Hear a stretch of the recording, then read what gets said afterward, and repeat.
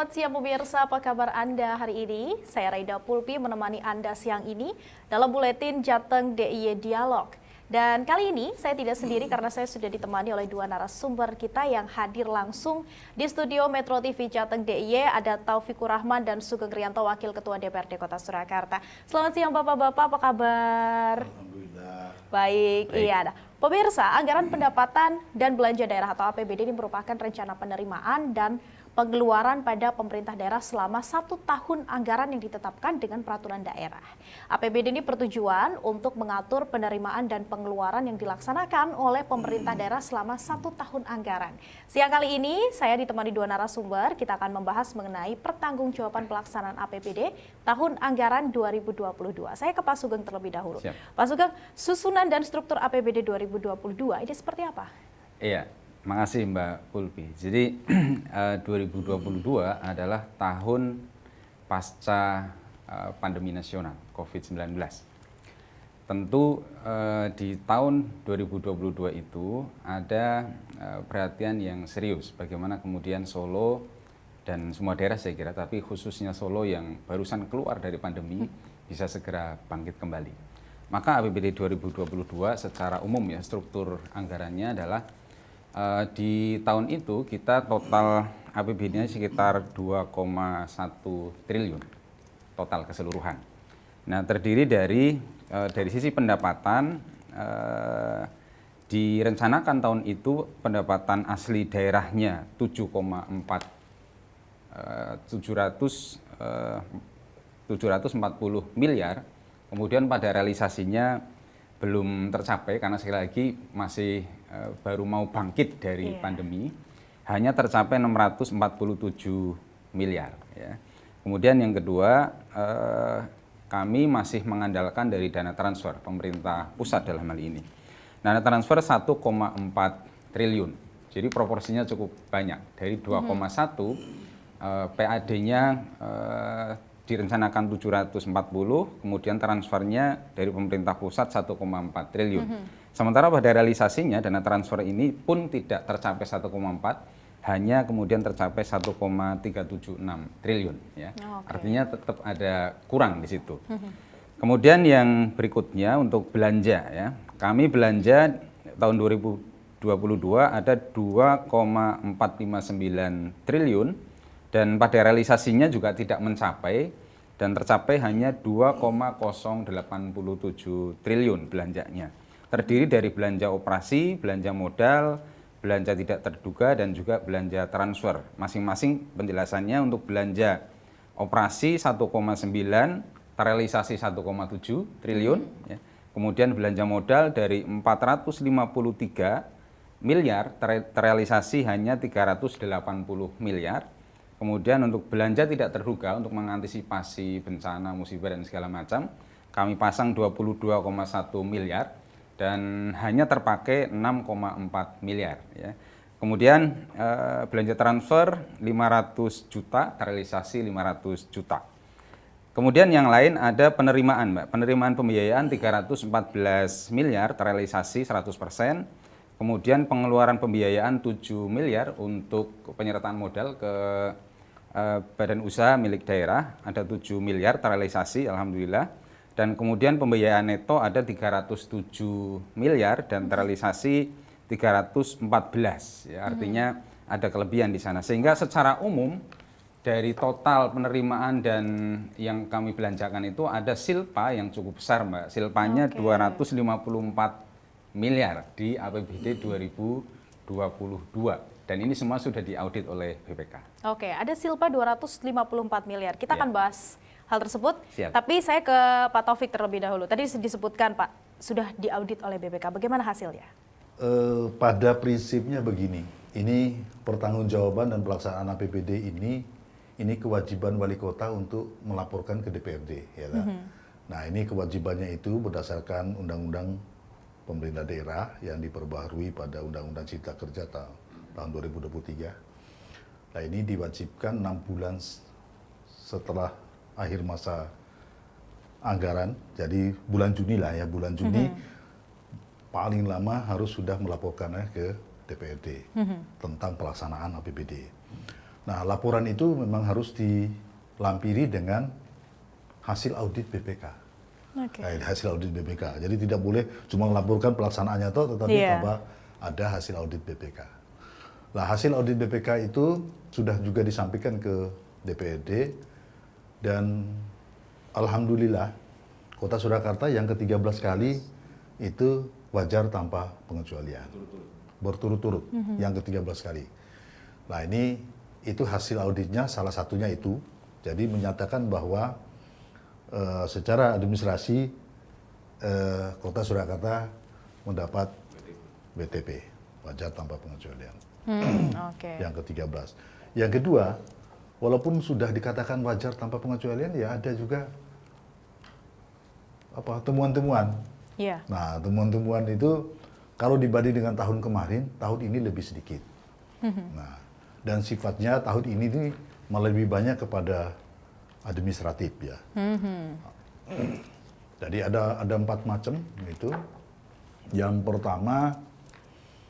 Yang pertama kaitannya dengan Dinas Perdagangan yang pada saat itu cara penghitungan harga kios, harga los, ya, los kios pasar itu tidak sesuai dengan peraturan yang ada, tidak sesuai dengan perwali, ya itu.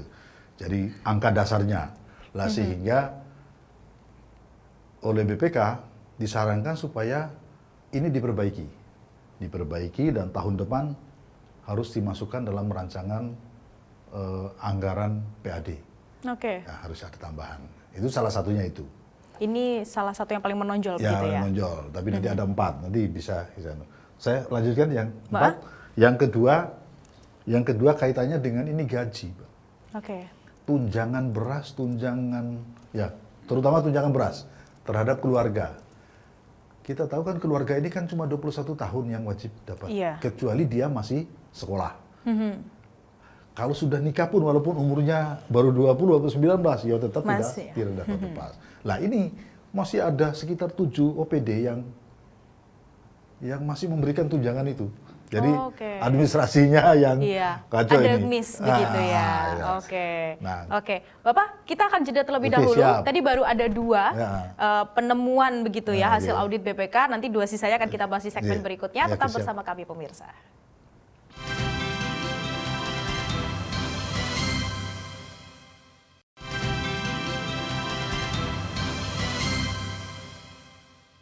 Pemirsa masih di Buletin Jateng Dialog dan saya masih bersama dengan Pak Taufik dan Pak Sugeng, Wakil Ketua DPRD Kota Surakarta. Tadi di segmen sebelumnya kami membahas mengenai 4 temuan dari BPK ini terkait dengan audit APBD tahun 2022. Tadi sudah ada 2 berikutnya apa Pak? Saya lanjutkan yang tadi. Jadi yang tadi yang gaji tadi itu jumlahnya cuma 49 sekian juta. Nah, tapi itu kan bisa dikembalikan. Jadi sudah diingatkan, nanti dipotong gajimu gitu. Sudah. Jadi itu akan dilakukan. Yang ketiga itu kaitannya dengan ini Rumah Sakit Fatmawati.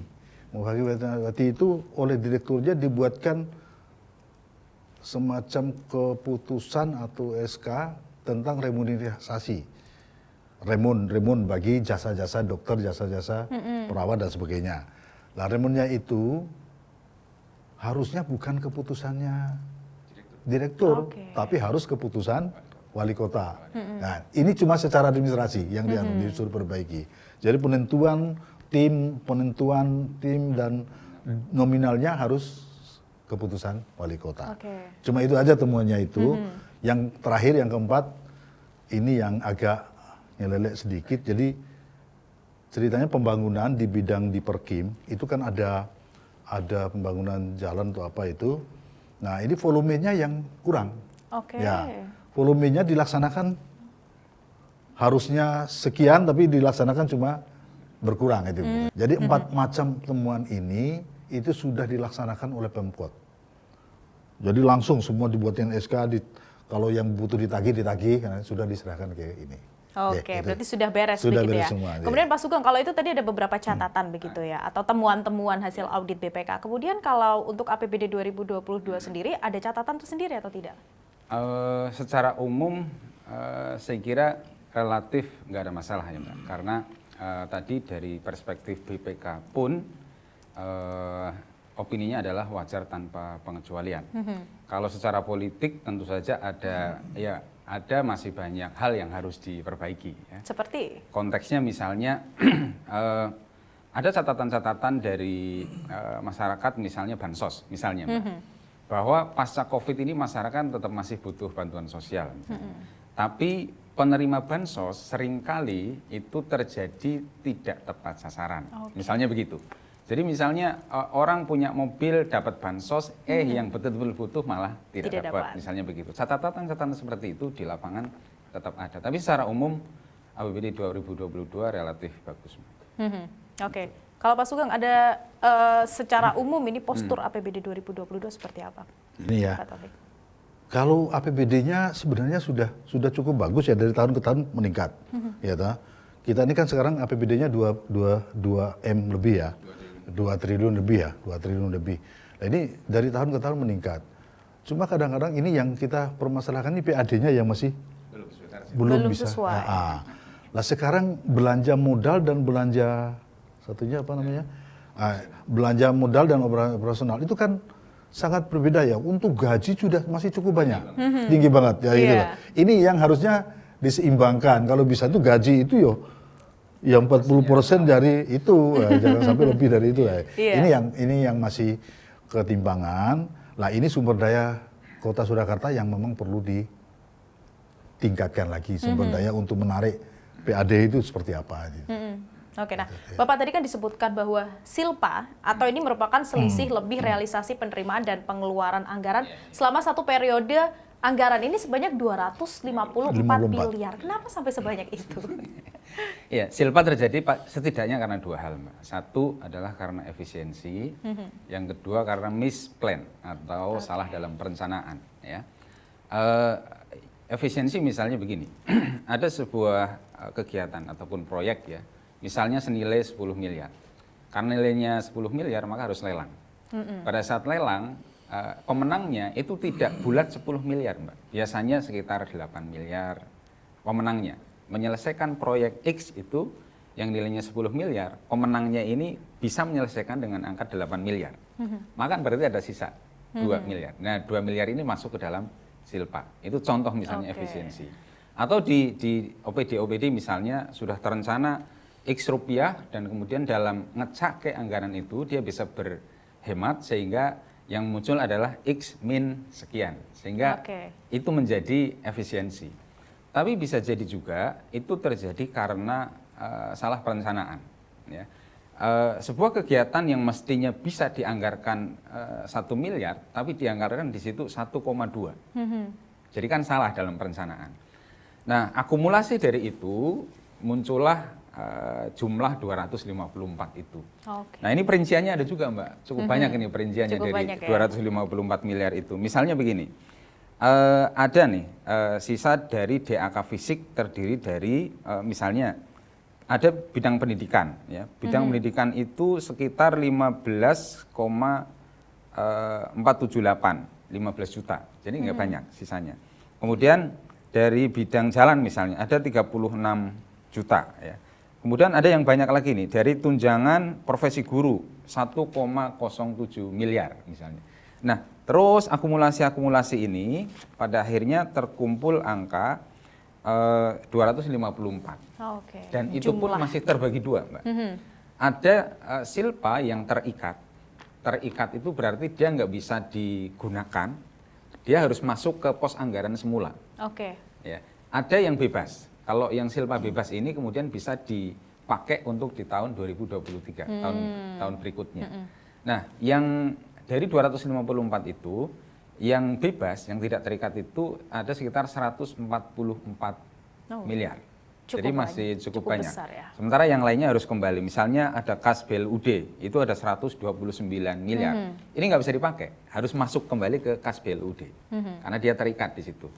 Nah, 144 miliar inilah yang kemudian dipakai di dalam APBD 2023 yang sedang berjalan ini.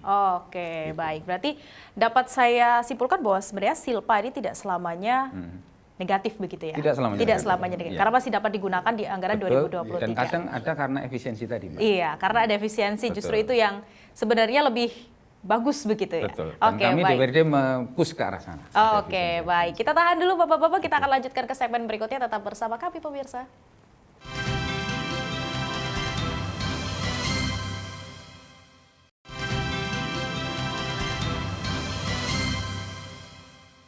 Ya pemirsa, masih bersama kami di Buletin Jateng Day Dialog, masih membahas mengenai pertanggungjawaban pelaksanaan APBD tahun anggaran 2022 Kota Surakarta. Saya ke Pak Taufik. Pak Taufik, seberapa besar sebenarnya peran APBD ini untuk penstimulan perekonomian, terutama pasca pandemi pastinya?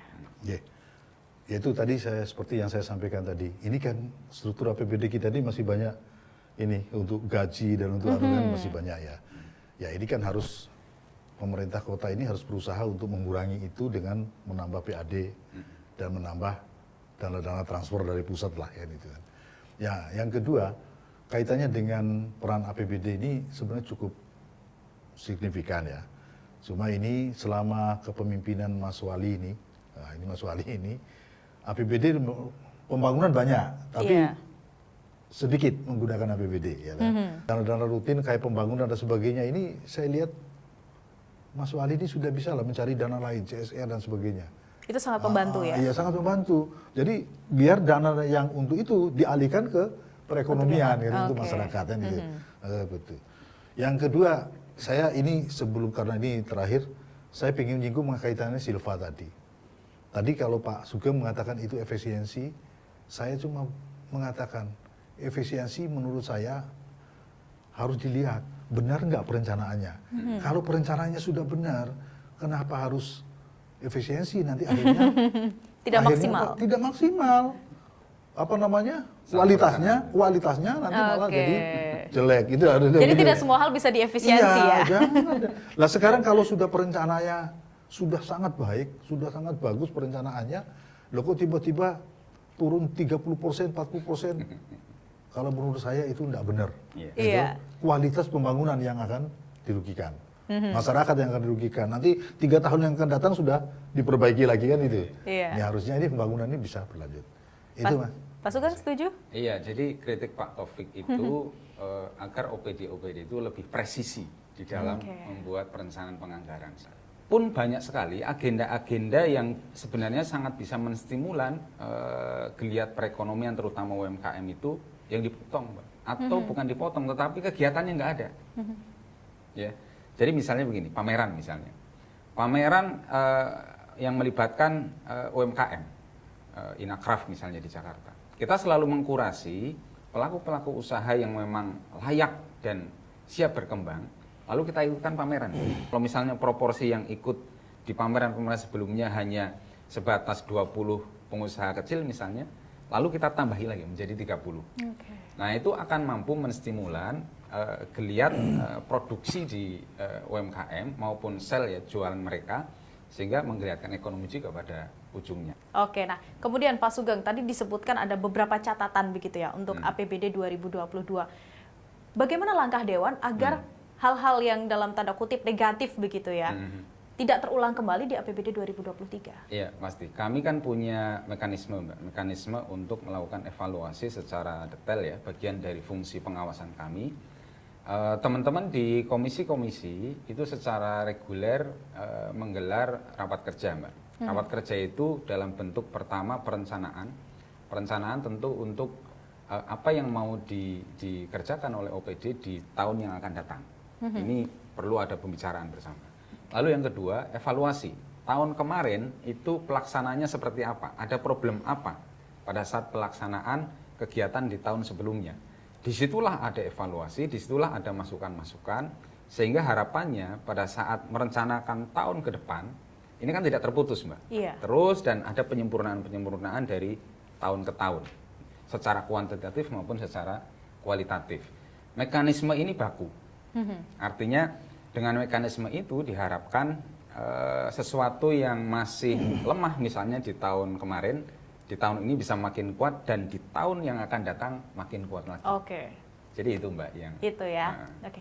Kemudian Pak Taufik, ini kan tadi disebutkan bahwa APBD 2022 ini dapat dikatakan pure untuk membangkitkan geliat ekonomi pasca COVID. Pasti 2023 juga. Iya, Mas. Harapannya bagaimana terhadap peran APBD untuk kembali meningkatkan geliat ekonomi pasca pandemi? Ya, harus ditingkatkan terus anggarannya. jadi ini maksud saya, jadi yang fisik itu dikurangi lah.